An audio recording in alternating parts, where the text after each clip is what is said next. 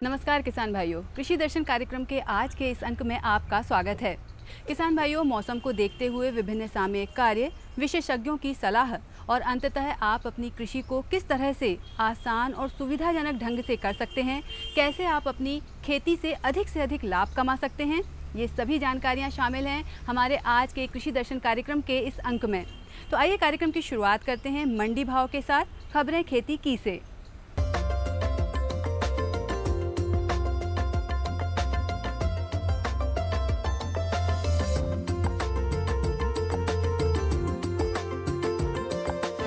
नमस्कार किसान भाइयों, खबरें खेती में आपका स्वागत है। आइए नजर डालते हैं आज की कृषि की मुख्य खबरों पर। खरीफ का रकबा 938 लाख हेक्टेयर, राष्ट्रीय समेकित कृषि अनुसंधान केंद्र खुलेगा। 25 सितंबर से पुष्प महोत्सव, अमर बेल का नियंत्रण, कपास में लाल पत्ती का नियंत्रण। कमजोर मानसून के बावजूद इस वर्ष देश में खरीफ फसलों की बोनी गत वर्ष की तुलना में अधिक हो गई है। अब तक देश में 938.41 लाख हेक्टेयर में बोनी की गई है, जो गत वर्ष अब तक 929.48 लाख हेक्टेयर में की गई थी। बेहतर बुआई के कारण अच्छे उत्पादन की उम्मीद जताई जा रही है। कृषि मंत्रालय के मुताबिक खरीफ की प्रमुख फसल देश में धान 333.65 लाख हेक्टेयर में बोई गई है। इसी प्रकार दलहनी फसलों की बुआई 101.96 लाख हेक्टेयर में, मोटे अनाज 167.69 लाख हेक्टेयर में, तिलहनी फसलें 168.25 लाख हेक्टेयर में, गन्ना 48.84 लाख हेक्टेयर में एवं कपास 110.23 लाख हेक्टेयर में बोई गई है। बिहार के पूर्वी चंपारण जिले की पिपरा कोठी में राष्ट्रीय समेकित कृषि अनुसंधान केंद्र का शिलान्यास केंद्रीय कृषि मंत्री श्री राधा मोहन सिंह ने किया। कार्यक्रम में श्री राधा मोहन सिंह ने कहा कि यह संस्थान क्षेत्र के किसानों के कल्याण के लिए समर्पित होगा। संस्थान का कार्य क्षेत्र विशेष को ध्यान में रखकर कृषि प्रणाली मॉडलों को विकसित करना है। उद्यानिकी स्वर्ण क्रांति अभियान के अंतर्गत प्रदेश में उद्यानिकी एवं खाद्य प्रसंस्करण विभाग द्वारा गत 10 अगस्त से 15 सितंबर तक उद्यानिकी महोत्सव मनाया जा रहा है। इसके साथ ही 25 सितंबर से 30 अक्टूबर तक व्यावसायिक पुष्प उत्पादन को बढ़ावा देने के लिए पुष्प महोत्सव मनाया जाएगा। उद्यानिकी महोत्सव में समस्त विकासखंड में स्थापित रोपणी के प्रभारियों द्वारा उनके क्षेत्र में आने वाले शासकीय विद्यालय, महाविद्यालय, चिकित्सालय, शासकीय कार्यालय, रिक्त शासकीय भूमि आदि पर विभिन्न फलदार पौधों का रोपण संबंधित संस्था के सहयोग से किया जा रहा है। पौधे विभाग द्वारा निःशुल्क प्रदाय किए जाएंगे। इसके साथ ही उद्यानिकी विभाग ने प्रायोगिक तौर पर भोपाल शहर में गार्डन एट कॉल योजना शुरू की है। अब एक फोन से घर की बगिया में फल और फूल के पौधे लग सकेंगे। बस इसके लिए उन्हें नाम मात्र का शुल्क देना होगा। गार्डन एट कॉल के फोन 0755-255-3655 या मोबाइल 9425378167 पर कॉल कर अपना नाम, पता या उद्देश्य बताना होगा। अमर बेल से फसल ही नहीं, बड़े बड़े वृक्षों को भी हानि पहुंचती है। नींबू में 30 से 35, मूंग में 70 से 90 तथा उड़द में 30 से 40% तक उपज को नुकसान होता है। इसके नियंत्रण के लिए विभिन्न तरीके अपनाना चाहिए। सबसे पहले सुनिश्चित करें कि बोए जा रहे बीज में अमर बेल के बीजों की मिलावट ना हो। साथ ही 1 लीटर पानी में 100 ग्राम नमक मिलाकर घोल बनाएं तथा बीजोपचार करें। यदि किसान भाई अमर बेल का रासायनिक पद्धति से नियंत्रण करना चाहते हैं तो क्लोरोपाम 6 से 7 किलोग्राम या डाइक्लोनेनिल 2 ग्राम के सक्रिय तत्वों की मात्रा प्रति हेक्टेयर मिट्टी में उपयोग करें।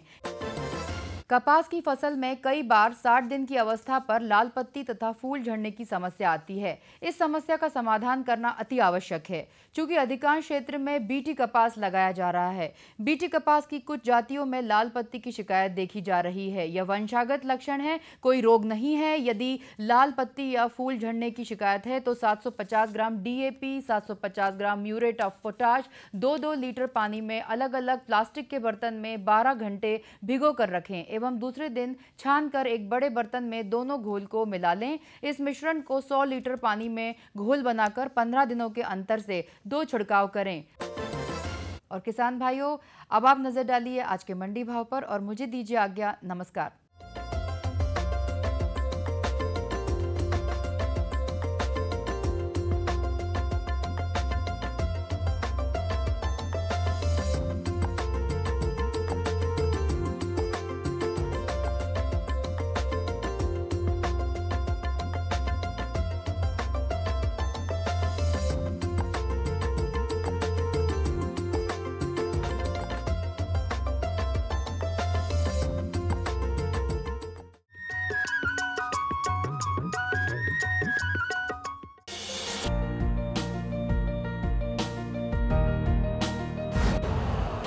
यूरिया का स्वदेशी उत्पादन 70 लाख टन बढ़ाने के लिए 6 उर्वरक संयंत्रों का उद्धार किया जा रहा है।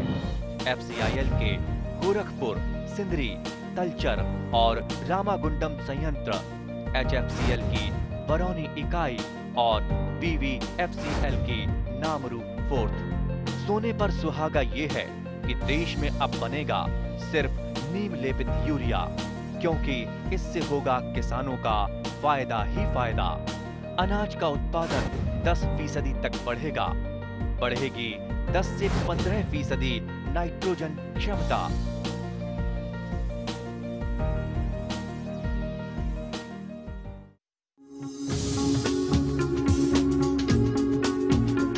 कश्मीर से केरल, अरुणाचल से गुजरात, कहानी जिंदगी की हो या खेती की हो बात, देश के हर रंग की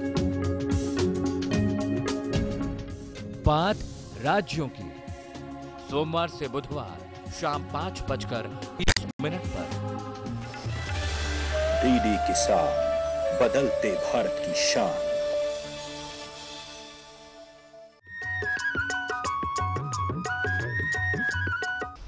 किसान भाइयों, बारिश का मौसम चल रहा है। कहीं अतिवृष्टि तो कहीं अल्प वर्षा जैसे हालात बन रहे हैं। इस मौसम को देखते हुए कृषि कार्य को प्रभावित करने वाले कारण और उनसे रोकथाम के क्या क्या उपाय हो सकते हैं, किस तरह से आप विपरीत परिस्थितियों को अपने अनुकूल बनाकर लाभ कमा सकते हैं, कृषि में किए जाने वाले कौन कौन से सामयिक कार्य हैं, ये सभी जानकारियाँ लेकर आए हैं हमारे विशेषज्ञ। तो आइए उनसे जानते हैं कृषि में किए जाने वाले सामयिक कार्य। किसान भाइयों, आज हम चर्चा करेंगे कि वर्तमान मौसम जो जिस तरह से बरसात हो रही है और हमारी जो फसलें विभिन्न अवस्थाओं पे हैं, किसान भाई किन बातों का ध्यान में रखें जिसमें कि इन पे कीट, रोग और जो अतिरिक्त पानी गिर रहा है या कहीं पे पानी कम गिर रहा है उससे हम बचाव कर सकें। किसान भाइयों, जो हमारा पूर्वी मध्य प्रदेश का भाग है, मुख्य रूप से वहाँ धान की फसल किसान भाई लगाते हैं। कहीं पे जहाँ पे सिंचाई के साधन नहीं हैं वो हल्की किस्म लगाते हैं, और जहाँ पे सिंचाई के साधन हैं, नहर के साधन हैं या नलकूप से सिंचाई होती है, वहाँ किसान भाई थोड़ी मध्यम से या देर से पकने वाली जातियाँ लगाते हैं। इसी के साथ संकर किस्मों को भी चयन करते हैं। और जो धान उत्पादित किसान भाई हैं वो इस मौसम में इस अवस्था पे विशेष ध्यान में रखें कि हमारी धान की फसल जो है ये गभोट अवस्था पे आने के अवस्था पे आ रही है, और इस समय ये क्रांतिक अवस्था होती है। देख लें कि हमारे खेत में अगर जल की कमी हो, वैसे वर्षा पूर्ण रूप से सब जगह अच्छी हो रही है मध्य प्रदेश में, कहीं कहीं अतिरिक्त भी हुई है, परंतु जो हमें जिस क्षेत्र में अगर हल्की मिट्टी है, धान में खेत में पानी की कमी है जैसा आप देख रहे हैं, तो वहाँ पानी लगा दें। साथ ही साथ जो ये गभोट अवस्था पे फसल आ रही है, इस समय विशेष ध्यान में रखें कि हमारी पत्तियाँ पीली ना पड़ें। पीली ना पड़ने का कारण ये हो सकता है कि अगर कोई कीट बीमारी है अथवा हमारी नाइट्रोजन की कमी है। किसान भाइयों, अगर धान के खेत में नाइट्रोजन की कमी है तो किसान भाई अपने खेत के अंदर जाएं तथा ये जो पत्ती हैं इन पत्तियों का अवलोकन करें। अगर पत्तियों का रंग पीला पड़ रहा है, सिरे से लेके हमारी बेस की तरफ आ रहा है, तो समझ लीजिए नाइट्रोजन की कमी है, और यही गभोट अवस्था नाइट्रोजन हमें देने का समय है। तो किसान भाइयों, जो धान की विभिन्न प्रजातियां लगाई हैं उसमें नाइट्रोजन डालें। लगभग 25 किलो नाइट्रोजन प्रति एकड़ के हिसाब से हमको खेत में डालना चाहिए।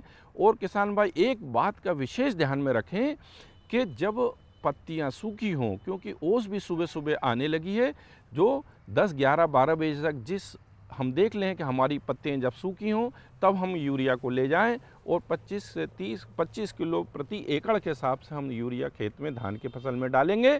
तो हमारे जो कण से निकल रहे हैं, कण से निकलने के बाद जब इसमें बालियां बनेंगी तो उन बालियों में दानों की संख्या ज़्यादा होगी, दानों में भराव ज़्यादा होगा, दानों का वजन ज़्यादा होगा, और साथ साथ किसान भाइयों को पैदावार मिलेगी। साथ ही साथ किसान भाई इस बात का भी ध्यान रखें कि मध्य प्रदेश में दलहन तिलहन का रकबा बहुत ज़्यादा है, और प्रमुख रूप से सोयाबीन की फसल किसान भाई लगाते हैं बरसात के मौसम में।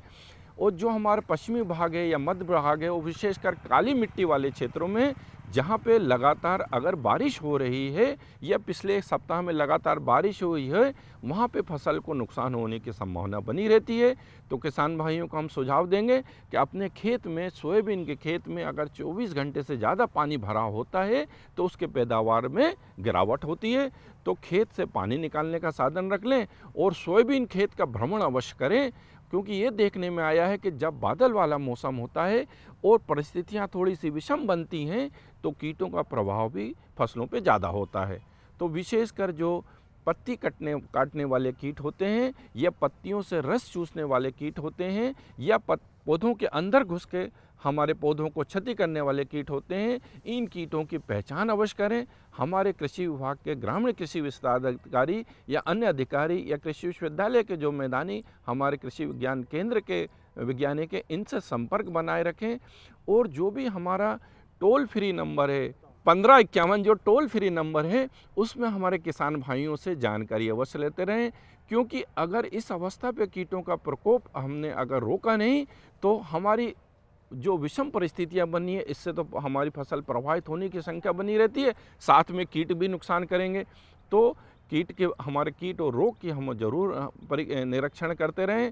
और जिस तरह का कीट लगा है, अगर वो पत्ती काटने वाला कीट है तो हमको ऐसा संपर्क विष डालना पड़ेगा जिससे उनका नियंत्रण हो जाए। अगर पौधों के अंदर रस चूसने वाले कीट लगे हैं तो हम दैहिक कीटनाशक विष का उपयोग करेंगे, जिससे उनके किसान भाइयों को फसल की सुरक्षा हो जाएगी।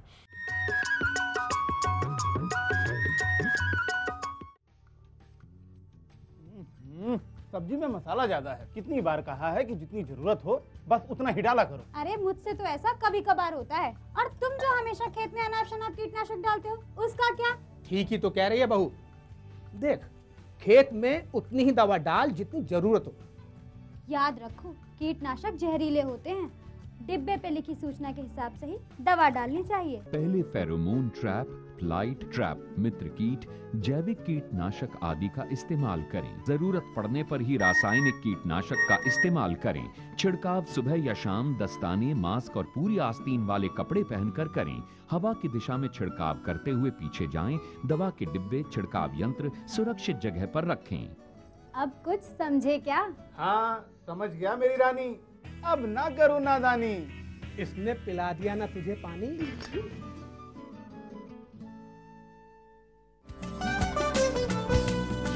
कौन कौन सी हैं सरकारी योजनाएं? कैसे उठाएं इनका लाभ?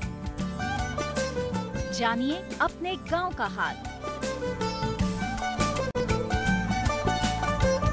देखिए चौपाल चर्चा, सोमवार से शुक्रवार सुबह 9 बजे। डीडी किसान, बदलते भारत की शान।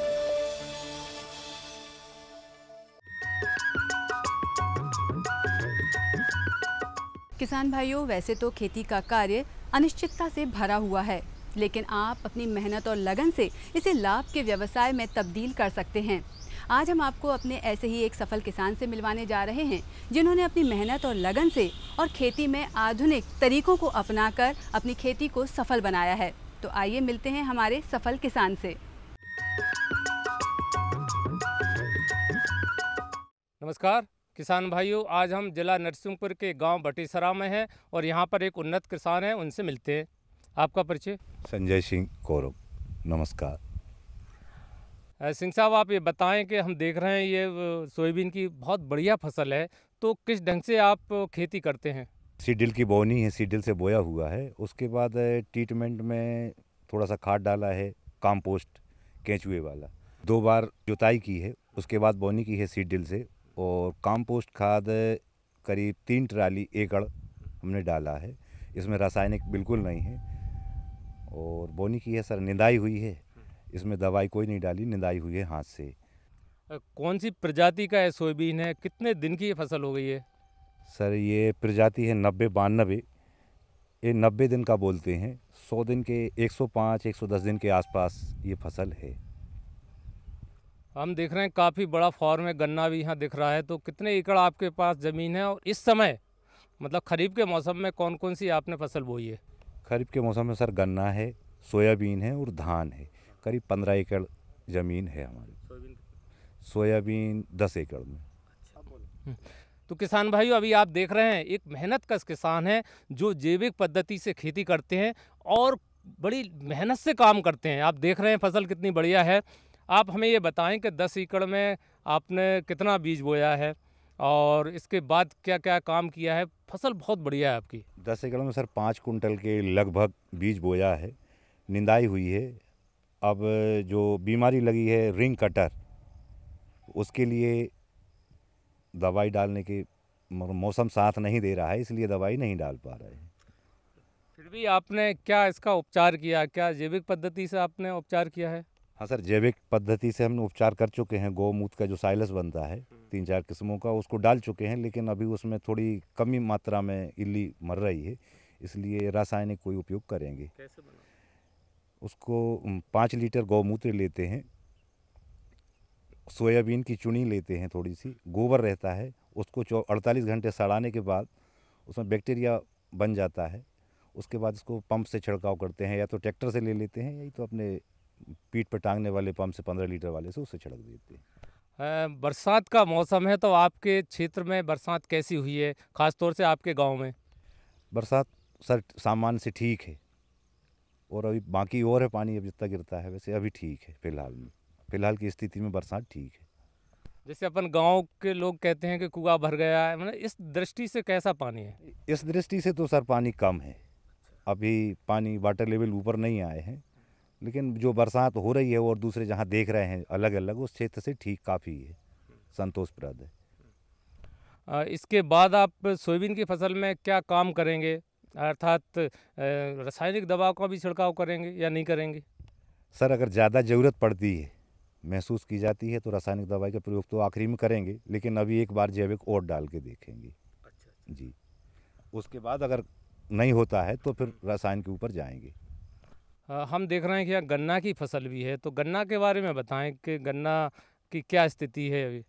गन्ना की स्थिति में सर इस समय परजीवी है नहीं है, पायरेला बहुत जम के अटैक किया है, जो आप देख रहे हैं पूरे में पीले पीला हो रहा है।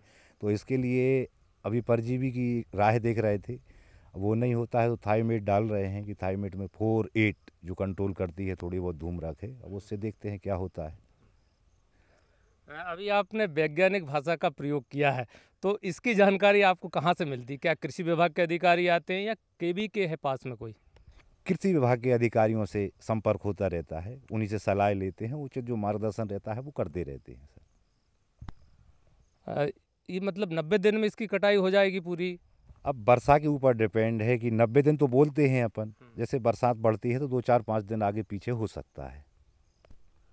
हमने देखा धान भी है आपके पास, तो धान की क्या स्थिति है? धान ठीक है सर, लगोदा लगाई है हमने थोड़ी सी घरेलू उपयोग के लिए, अभी फिलहाल की स्थिति में ठीक है, संतोषप्रद है। अब आगे जैसी बरसात होगी जैसी देखा जाएगा। धान किस पद्धति से आप लगाते हैं? भले ही थोड़ी लगाएं, पर उसका उत्पादन तो लेते हैं आप। धान सर पहले खेत को तैयार करते हैं, कैसे? पानी भर के भील कैसे मचाते हैं ट्रैक्टर से, उसके बाद हैंड टू हैंड लगाते हैं आदमियों के साथ, तो 1 एकड़ में वही 30-35 बोरे धान निकल आती है। आपके पास आपके घर में कौन कौन से उन्नत कृषि यंत्र हैं?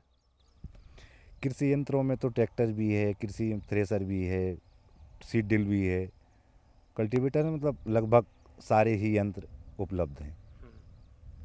तो कृषि यंत्र के पहले आप खेतीबाड़ी कैसे करते थे? जब ये नहीं थे तो क्या फ़र्क आया इससे? इससे काम जल्दी होता है, अच्छा काम होता है, लेबर कम लगता है और सुविधा अच्छी है। गन्ना का क्या आप उपयोग करते हैं? गन्ने का सर गुड़ बनाते हैं उपयोग में, तो जब फसल पक जाती है तो उसके बाद गुड़ है, और गुड़ अगर नहीं बनता है तो शुगर मिल में ही बेचते हैं। जब गुड़ की बात चली तो आप हमारे किसान भाइयों को ये बताएं कि आपके पास कितने एकड़ जगह में गन्ना है, वो ठीक तरह से अगर उसका गुड़ बन गया तो लगभग कितने का आप बेच देंगे? सर गन्ना तो हमारे पास 7 एकड़ में है, लेकिन अब बेचने की जो बात चली, अब अंदाजन अब शुगर मिल का क्या रेट खुलता है, गुड़ का मार्केट क्या होता है, लगभग उस पर जाना तो अभी। फिर भी आप पहले भी आप बेचते आए हैं कि कितने का गन्ना बेच देते हैं, कितना उत्पादन हो जाता है?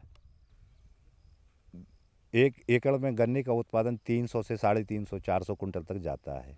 अब गन्ना पिछले साल में 180 से 200 रुपया कुंटल बिका है, उस एवरेज से जो हो जाता है। अच्छा, मतलब संपन्नता है, अगर किसान कम ज़मीन में अधिक उत्पादन ले, बहुत सारी फसल ले, तो अधिक पैदावार किसान ले सकता है। क्या आप अंतर्वर्ती खेती भी करते हैं?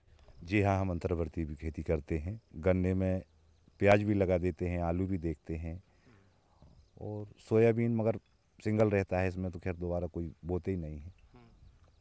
तो अभी आपने सोयाबीन की जब बात की, तो इस 5 कुंटल आपने सोयाबीन बोया है, इसमें आपको क्या अनुमान है, अगर इस ढंग से सही ढंग से आया तो? अगर सही ढंग से सर सोयाबीन आता है तो अपन लगभग 8 का एवरेज तो मानते हैं 1 एकड़ पे कि 8 का निकलेगा। अब उसमें बहुत से खर्चे भी हैं, अब मौसम साथ अगर देता है तो निकलेगा, अगर नहीं दे रहा है तो फिर तो कोई बात नहीं। लगभग 80-100 कुंटल हो सकता है। तो आपने खर्चे की बात की, तो टोटल खर्चा पर एकड़ कितना आ जाता होगा, एक लगभग बताएं।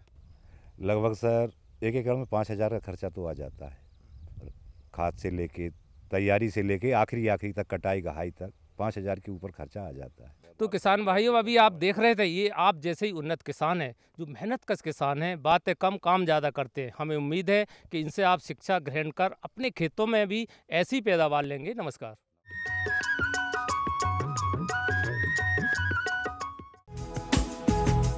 पशु नहीं अभिमान है, किसान भाई की शान है, आय का है माध्यम, परिवार का सम्मान है।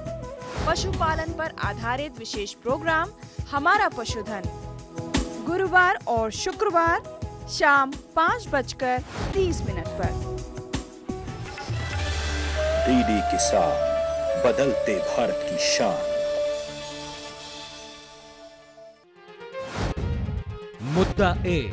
खरीफ की फसल का मतलब ही यह है कि भाई जो मानसून की बारिश होगी उसी पे ये फसल जो है आगे चलेगी। राय अनेक। फसलों का और प्रजातियों का चुनाव सही से करें। विषय विशेष पर होगी जमकर बात। कैसी भी परिस्थिति आएगी तो किसान डटा रहेगा, किसान डटा रहेगा तो देश के लिए अन्न पैदा होता रहेगा। देखिए विचार विमर्श शुक्रवार शाम 7:30 पर। डीडी किसान, बदलते भारत की शान।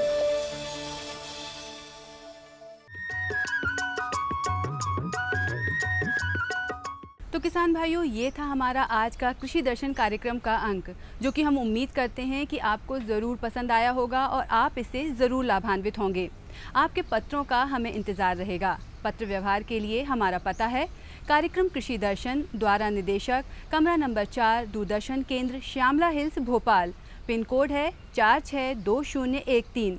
और इसी के साथ मुझे यानी निहारिका समैया को अनुमति दीजिए। नमस्कार।